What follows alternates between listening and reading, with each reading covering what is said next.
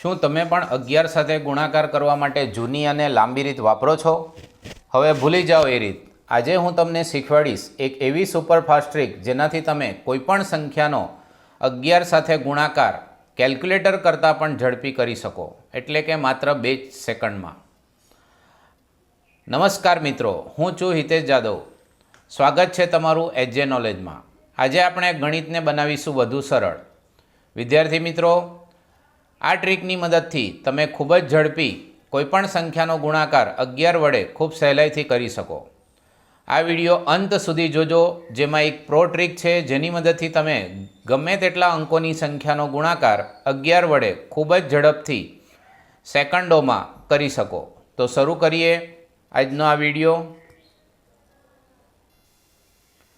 સૌપ્રથમ આપણે એક નાની સંખ્યાનું ઉદાહરણ લઈએ, જેમાં 12 ગુણ્યા 11 એટલે સંખ્યા 12ને 11 વડે ગુણાકાર કરવો છે. તો સૌપ્રથમ જે સંખ્યાનો 11 વડે ગુણાકાર કરવો હોય, એટલે કે અહીં 12 છે, તો 12માં 2 અંકો છે 1 અને 2. તો 1 સૌથી આગળ મૂકવું અને 2ને સૌથી પાછળ મૂકવું. અને હવે આ 2 અંકોનો સરવાળો કરવો, તો 1 અને 2નો સરવાળો થાય છે 3. તેને આપણે અહીં વચ્ચે મૂકીશું, તો આ થઈ ગયો આપણો જવાબ. એટલે જવાબ આવશે 132. છે ને ખૂબ સરળ. હવે આપણે બીજું ઉદાહરણ લઈએ, 36 ગુણ્યા 11, જેમાં સંખ્યા છે 36, જેનો 11 સાથે ગુણાકાર કરવાનો છે. 36માં 2 અંકો છે 3 અને 6. તેને આપણે આ રીતે આગળ પાછળ મૂકીશું અને હવે આ બંને અંકોનો સરવાળો કરીશું. તો 3 અને 6નો સરવાળો થશે 9. એટલે આપણો જવાબ છે 396. એટલે 36 ગુણ્યા 11, તેનો જવાબ આવશે 396. હવે જો સંખ્યાના અંકોનો સરવાળો 2 અંકમાં આવે તો કઈ રીતે કરીશું? તો તેનું ઉદાહરણ સમજીએ. અહીં 58 ગુણ્યા 11 આપણે કરવું છે. તો 58માં 2 અંકો છે 5 અને 8. તો તેને આપણે આગળ પાછળ મૂકીશું. હવે 5 અને 8નો સરવાળો કરતાં આપણને મળે છે 13. હવે 13 એ 2 અંકની સંખ્યા છે. જો આપણે અહીંયા વચ્ચે 13 સીધે સીધા મૂકીશું તો આ જવાબ ખોટો આવશે. તો આપણે એને સમજીએ કે આ કઈ રીતે કરીશું. તો સૌપ્રથમ આપણે આગળ પાછળ 5 અને 8 મૂક્યા બાદ અંકોનો સરવાળો 13 થાય છે, પણ 13 પૈકી આપણે માત્ર 3નો ઉપયોગ કરીશું અને 1 એના પછીના અંકમાં વધી તરીકે ઉમેરીશું. એટલે કે આ 1 5માં ઉમેરીશું, તો 5 વત્તા 1 એટલે એ થશે 6 અને પાછળ આવશે 38. એટલે આપણો જવાબ થશે 638. બીજું ઉદાહરણ લઈએ એટલે વધુ ખ્યાલ આવશે. 99 ગુણ્યા 11, તો 99માં 2 અંકો છે 9 અને 9. તો આપણે આગળ અને પાછળ 9 મૂકીશું. હવે 9 અને 9 તેનો સરવાળો કરીએ તો આપણને જવાબમાં મળે છે 18. તો 18ને જો આપણે વચ્ચે મૂકીશું તો આ જવાબ ખોટો આવશે. તો આપણે શું કરીશું, 18 પૈકી 8ને આપણે લઈશું અને 1 આગળના અંક 9માં વધી તરીકે ઉમેરીશું. તો 9 અને 1નો સરવાળો કરીશું, તો એ આવશે 10 અને પાછળ 2 અંકો જેમના તેમ. એટલે આ દાખલાનો જવાબ આવશે 1089. હવે જો સંખ્યા 3 અંકની કે 3થી વધુ અંકની હોય તો તેનો 11 સાથે ગુણાકાર કઈ રીતે કરી શકાય?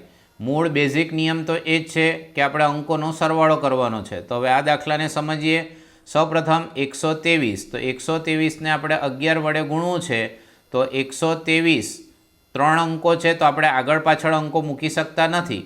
તો આપણે અહીં હવે એક પ્રો ટ્રીક કે જે બધી જ સંખ્યાઓ માટે લાગુ પડે છે તેને સમજીશું. તે માટે સૌપ્રથમ સંખ્યા ગમે તેટલા અંકોની હોય એની આગળ અને પાછળ આપણે 0 મૂકીશું. સૌપ્રથમ સંખ્યા 2 અંકની હોય, 3 અંકની હોય અથવા એનો સરવાળો 2 અંકમાં થતો હોય તો શું કરવું? તો સૌપ્રથમ સંખ્યાની આગળ અને પાછળ 0 મૂકીશું અને હવે આપણે જમણી તરફથી અંકોનો સરવાળો કરીશું. એટલે કે સૌપ્રથમ 0 વત્તા 3, તો એનો જવાબ આવશે 3. ત્યારબાદ 3 વત્તા 2 એટલે આપણે લખી શકીએ 5. ત્યારબાદ 2 વત્તા 1 એટલે 3 અને 1 વત્તા 0 એટલે 1. તો થઈ ગયો આપણો જવાબ. એટલે 123 ગુણ્યા 11, તેનો જવાબ આપણી પાસે તૈયાર છે. એ આવશે 1353. આ રીતનો ઉપયોગ તમે ગમે તેટલા અંકોની સંખ્યાનો 11 સાથે ગુણાકાર કરવો હોય તો ખૂબ ઝડપથી તમે કરી શકો. હવે આપણે એક 4 અંકની સંખ્યાનો 11 વડે ગુણાકાર સમજીએ, જેથી વધુ પ્રેક્ટિસ થાય. સૌપ્રથમ સંખ્યા છે 2378, તો સૌપ્રથમ આપણે 2378 સંખ્યા જેમની તેમ લખીશું. આગળ અને પાછળ આપણે મૂકીશું શૂન્ય અને પાછળના અંકોથી આપણે સરવાળો કરીશું. તો સૌપ્રથમ 0 અને 8, તો 0 અને 8નો સરવાળો થશે 8. ત્યારબાદ 8 અને 7નો સરવાળો થાય છે 15. 15 બે અંકોની સંખ્યા છે, તે પૈકી આપણે 5ને જવાબમાં મૂકીશું અને 1 આપણે વદ્દી તરીકે રહેવા દઈશું. ત્યારબાદ આગળના અંકોનો સરવાળો 7 અને 3નો સરવાળો તે થાય છે 10 અને આપણી એક વદ્દી હતી એટલે એ થાય છે 11. 11 પૈકી આપણે જવાબમાં 1 લઈશું અને 1 વદ્દી તરીકે રહેવા દઈશું. આગળ સરવાળો કરીએ 3 + 2, તો એનો સરવાળો થશે 5. આપણી એક વદ્દી હતી એટલે એમાં ઉમેરતા આપણને મળે છે 6 અને ત્યારબાદ 2 અને 0નો સરવાળો તો એ થશે 2. તો આ 2378 × 11, તો એનો જવાબ આપણને મળે છે 26158. જો તો તમે કેલ્ક્યુલેટરમાં પણ ચેક કરી શકો. હજુ મોટી એક સંખ્યા આપણે 5 અંકોની લઈએ. 5 અંક, 10 અંક, ગમે તેટલા અંકોની સંખ્યાનો ગુણાકાર તમે ખૂબ જ ઝડપથી સેકન્ડોમાં આ રીતથી કરી શકો.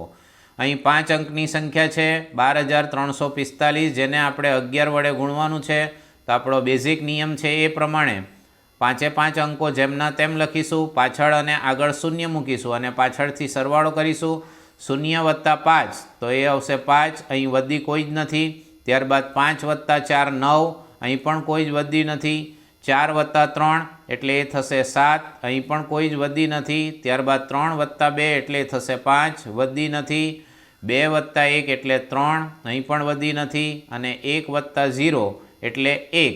તો આપણો જવાબ થઈ ગયો તૈયાર અને જવાબ આવે છે અહીં 1,35,795. આમ 12,345ને 11 વડે ગુણતા આપણને આ જવાબ મળે છે. તો મિત્રો, આપણે આજે આ વિડીયોમાં શીખ્યા કે કોઈ પણ સંખ્યા પછી એ 2 અંકની હોય, 3 અંકની હોય કે વધુ અંકોની હોય, એને 11 વડે ગુણાકાર ખૂબ જ ઝડપથી કઈ રીતે કરી શકાય અને એ પણ સેકન્ડોમાં કેલ્ક્યુલેટર વગર, તેની સમજૂતી મેળવી.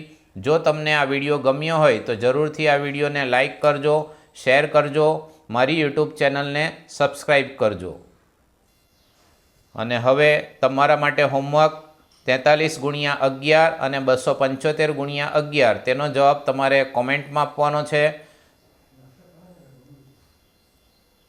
Thank you.